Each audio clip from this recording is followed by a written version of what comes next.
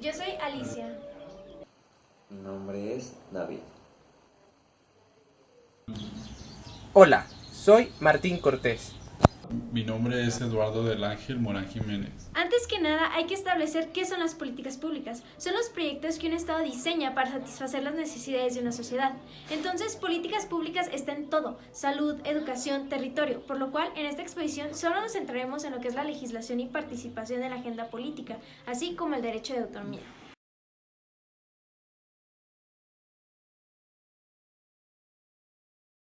Ahora, las políticas públicas en interculturalidad buscan la construcción de relaciones horizontales, pacíficas y armoniosas entre la cultura hegemónica y las culturas indígenas.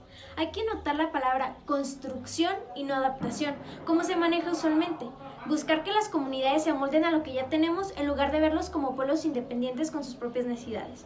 Entonces, esta política usual no es interculturalidad, soslaya la desigualdad e injusticia social y todo factor vinculado con la evidente inequidad del poder.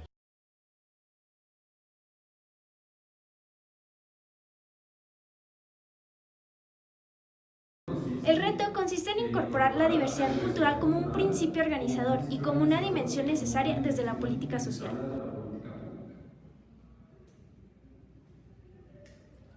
Se contabilizan 68 pueblos indígenas. 1 de cada 10 mexicanos son indígenas, lo que equivale a más de 11 millones. Sin embargo, 10 de cada 500 diputados son indígenas, lo que únicamente es el 2% de la representatividad en la Cámara.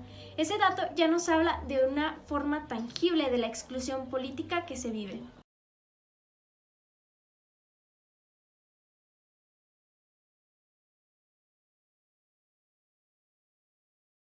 En lo que respecta a la legislación federal para la participación política de los pueblos originarios, encontramos el artículo 2 de la Constitución Política de los Estados Unidos Mexicanos, que nos habla de la libre determinación y autonomía para elegir a los representantes de ayuntamiento, de acuerdo con sus procedimientos y prácticas tradicionales. La Ley General de Desarrollo Social, que expone lo mismo que el artículo 2, pero también habla sobre las formas internas de convivencia, organización y su acceso a la justicia. La Ley General de Acceso a las Mujeres a una Vida sin Violencia, que promueve los derechos de las mujeres indígenas bajo el reconocimiento de la condición pluricultural, pues son un grupo vulnerado, tanto por ser mujeres como por ser indígenas. Y está, finalmente, la Ley General para la Igualdad entre Mujeres y Hombres, que señala mecanismos de participación igualitaria para los hombres y mujeres en la toma de decisiones políticas y socioeconómicas.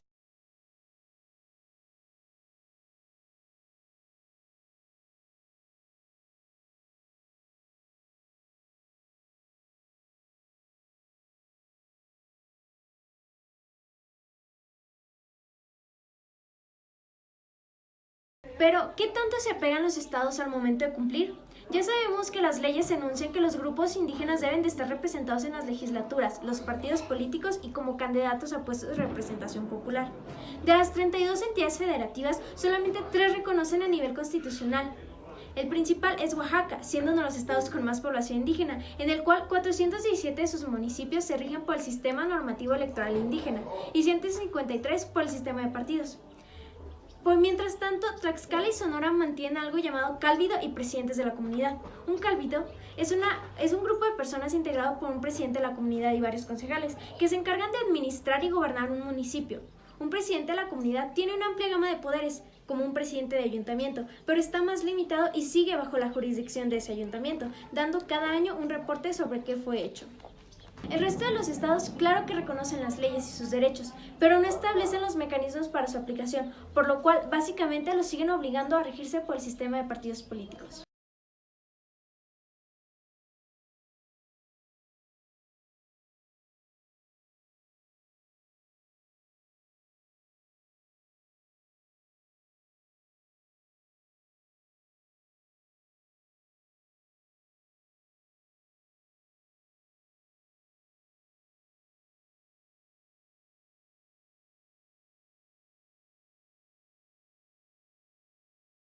El Ejército Zapatista de Liberación Nacional es un movimiento por y para la autonomía de los pueblos indígenas. Surgió en los 90 debido a muchas crisis. Buscan un gobierno conforme a los usos y costumbres indígenas, uno real, y no la farsa del 2% que saben que no es una representatividad real. Por lo tanto, este movimiento se ha desentendido de los problemas electorales, los partidos políticos y del IFE. Aquí están los 7 principios que ellos utilizan para mandar obedeciendo, para hacer una política que sí le pertenezca al pueblo.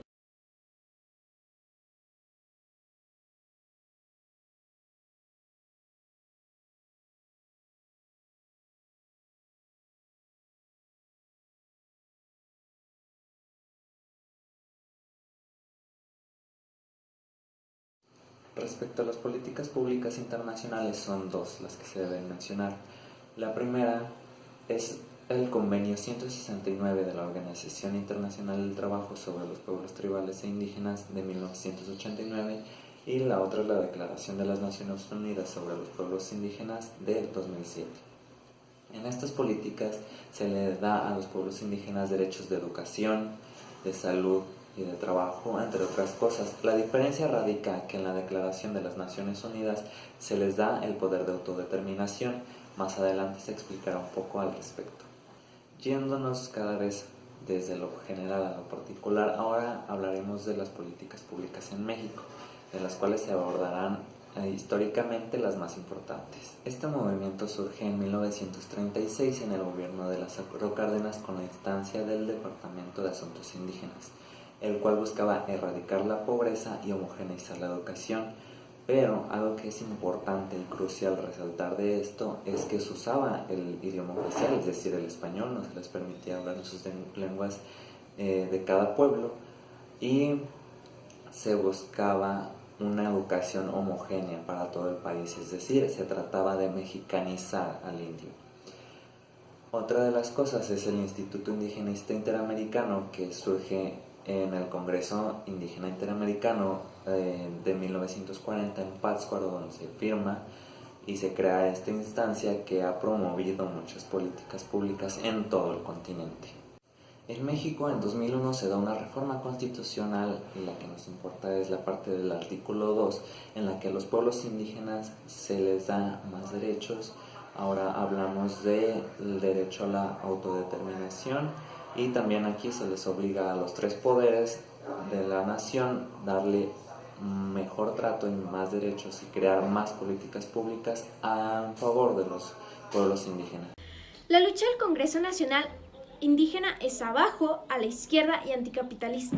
El Consejo se constituyó en 1996, planteándose ser un espacio donde los pueblos originarios encontraran reflexión y solidaridad para fortalecer sus luchas de resistencia, con sus propias formas de organización, de representación y toma de decisiones. Buscan que este país se gobierne desde la política de los pueblos, que es horizontal, analítica y colectiva, con la participación de todas y todos. Está formado por 2 concejales, una mujer y un hombre de cada lengua de las diferentes regiones, y su proyecto más reciente fue el fenómeno social que ocasionó Marichuy. Ella, mujer e indígena, buscó una candidatura a la presidencia de México, respaldada por el Consejo. Visitó los más diversos rincones del país para escuchar a las etnias que carecen de representación en la política mexicana. Se suele pensar que los indígenas son un bloque monolítico, con idénticas costumbres y creencias, como si los pueblos indígenas fueran iguales, pero en realidad se trata de un mosaico multicultural que responde a realidades y proyectos diferentes. Para obtener la candidatura, Marichuy debía lograr antes algo más difícil, unir a todas las comunidades con objetivos comunes. Lamentablemente no consiguió la candidatura, pero sí un momento de voz y de conexión entre los pueblos.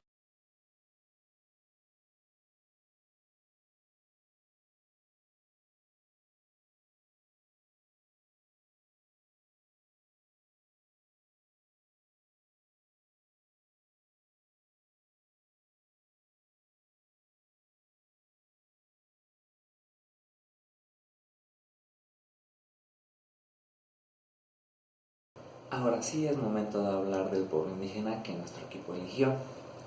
Es el pueblo purépecha de Michoacán, pero nos vamos a enfocar específicamente en el municipio de Charán. Más adelante les vamos a explicar un poco de la historia, de lo que sucedió y de por qué elegimos este pueblo. Gobernar no es un privilegio, sino un servicio a la comunidad. Dolores María, 2015.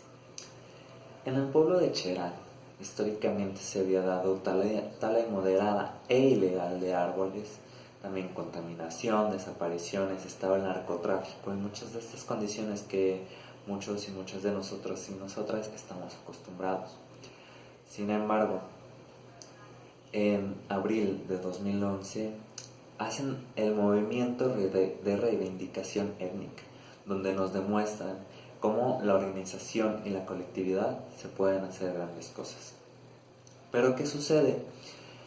Era sabido que el gobierno municipal de Cherán estaba coludido con estos talamontes, es decir, que todo el mundo sabía, pero el gobierno ni nadie hacía nada. Sin embargo, en esta fecha, es cuando se levantan en armas el pueblo de Cherán y expulsan el narcotráfico, sacan de ahí a los talamontes e incluso en la plaza principal queman las camionetas de los talamontes y tienen detenidos a las personas que estaban haciendo estas actividades ilegales. Después de todo este movimiento, se expulsan a todas estas personas, incluido el gobierno municipal. Aquí se muestra un video donde se explica más a fondo y con mayor detalle lo sucedido en Cherán. Pero, ¿qué sucede o por qué es importante mencionar esto refiriéndonos a las políticas públicas? Y es que en la reforma de 2001 que se mencionó anteriormente y se hablaba de la autodeterminación, es una nueva forma de gobierno. Si recordamos, existen tres. La mayoría relativa, que es la que todos y todas conocemos cuando emitimos el voto, y la persona que tenga mayor cantidad de votos en función a las personas que votaron es quien gana. La representación proporcional, que es el porcentaje de cada voto, de los votos de cada partido, se tienen proporcionalmente los puestos en los congresos. Y la última es por usos y costumbres, que es la que a nosotros nos interesa en esta exposición, sobre que los pueblos indígenas tienen la posibilidad de gobernarse en función a sus usos y costumbres, es decir, esta manera es exclusiva de los pueblos indígenas. En la manera de elección de representantes por usos y costumbres también existen tres modalidades. La primera es la de mano alzada. Como su nombre lo dice, las personas exponen sus ideas, sus propuestas, y las personas, los votantes y las votantes levantan la mano, y así es como se eligen. Y los votos por pizarrón, en un pizarrón se van marcando los votos uno por uno conforme se vayan eligiendo y se vayan votando. Y la tercera es la de pelotón. En esta las personas están hablando, exponiendo sus ideas, y quienes estén de acuerdo con ellos se van agrupando alrededor del expositor o la expositora, y quien tenga el grupo más grande es quien gana. En Cherán, la manera en la que se lleva a cabo esto es por fogatas. Se tienen diferentes fogatas con cada representante, y quien tenga mayor grupo de personas alrededor de la fogata es quien gana. En Cherán hablan de devastar, no de deforestar, devastar, porque no solo es talar árboles, sino que también se acaban la vida, se acaban el agua, se acaban el suelo, los animales. No sabemos exactamente cuánto es las hectáreas, el total de hectáreas que fue como talada en esta zona, pero la Universidad Nacional Autónoma de México habla de que entre 1976 a 2005 se puede calcular un aproximado de 20.000 hectáreas de árboles talados. Esto, si nos queremos dar como una idea, es lo aproximadamente 4.000 zócalos y una ciudad de Buenos Aires entera. Pero esta violencia no solo se quedó a nivel como ambiental, sino que también tomó muchos tipos de direcciones, y una de ellas es como la violencia de género y la violencia comunitaria, porque los hombres que talaban los árboles bajaban y les decían: primero vamos a acabar con todos sus árboles y cuando terminemos vamos a ir por sus mujeres. Esto con una clara intencionalidad de violentar y asustar a los habitantes de esta zona de Cherán. Después de su levantamiento echaron a las policías, y en Cherán se gestionó las rondas comunitarias, que es una fuerza armada de hombres y mujeres elegidos por los vecinos para vigilar y proteger la comunidad de Cherán. Se crearon como puestos de control en las tres diferentes carreteras para poder llegar al poblado, donde se le preguntaba a todos los visitantes de dónde vienen y hacia dónde van. Estos puestos de control existen hoy, 6 años después, todavía en estas tres carreteras para llegar al poblado de Cherán. También Cherán tiene su propio sistema de justicia para delitos menores, que principalmente están como relacionados con las bebidas alcohólicas. Cuando un delito es considerado grave, es derivado a lo que sería el sistema de justicia del estado de Michoacán. Vamos a hablar ahora de la organización política que tiene Cherán, y por falta de conocimiento no vamos a hacer alusiones a sus nombres originales, sin embargo los vamos a mencionar en español con todo el respeto que se merecen.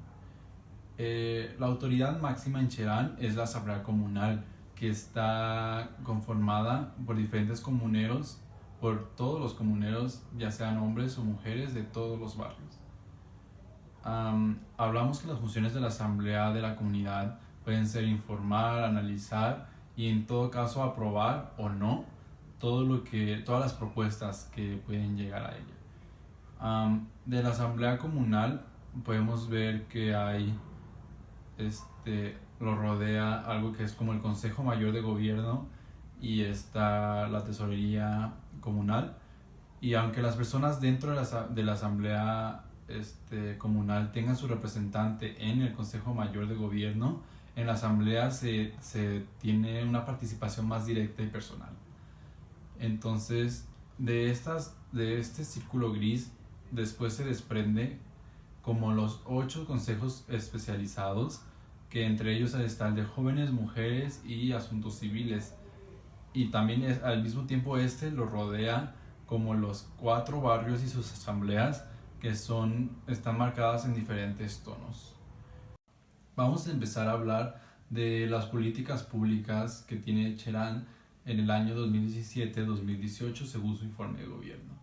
Empezamos con lo que el Consejo de Administración Local llamó el programa Cero Basura, que empezó en 2016, pero se dio seguimiento en el 2017 con una semana Cero Basura, donde se dio los resultados de su centro de acopio y al mismo tiempo hubo talleres de reciclaje creativo, hortalizas y cortado de vidrio, donde como agradecimiento a todos los comuneros que fueron, se les dio abono a los 4 barrios. El consejo del asunto de las mujeres se dio cuenta cómo la atención psicológica es un factor importante para los asuntos familiares. Entonces crearon y gestionaron talleres de perspectiva de género, donde las beneficiarias fueron más de 2.880 mujeres anualmente. Y por último, el Consejo de Asuntos Civiles creó una campaña de vacunación para las mascotas, ya sean caninas y felinas, como prevención de enfermedades, y también trabajaron con los centros de salud rurales para crear campañas de prevención contra el papiloma humano y el dengue.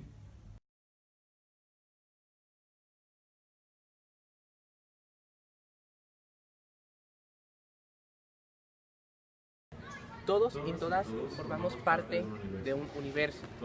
Todos tenemos el compromiso de participar en la vida de nuestro mundo, en la toma de decisiones y en las políticas públicas.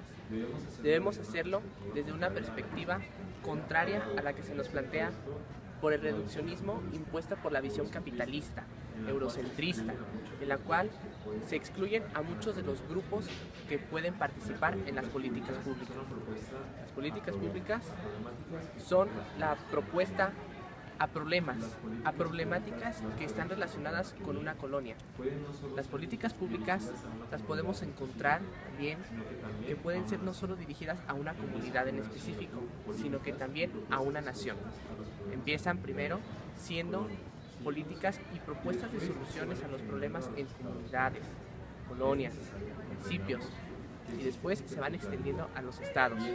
Es necesario que aprendamos a que existe una interculturalidad, y esto es que todos los grupos tienen el derecho y el compromiso de participar en la elaboración de estas propuestas. Todos y todas debemos ser integrados e incluidos en la toma de decisiones. Cherán es un claro ejemplo de todo esto, el nivel de organización en el que no se dejaron vencer por este reduccionismo. Debemos aprender de ellos para aplicarlo no solo en la vida de nuestro país, podemos comenzar haciéndolo en la vida académica y en la vida de nosotros como universitarios.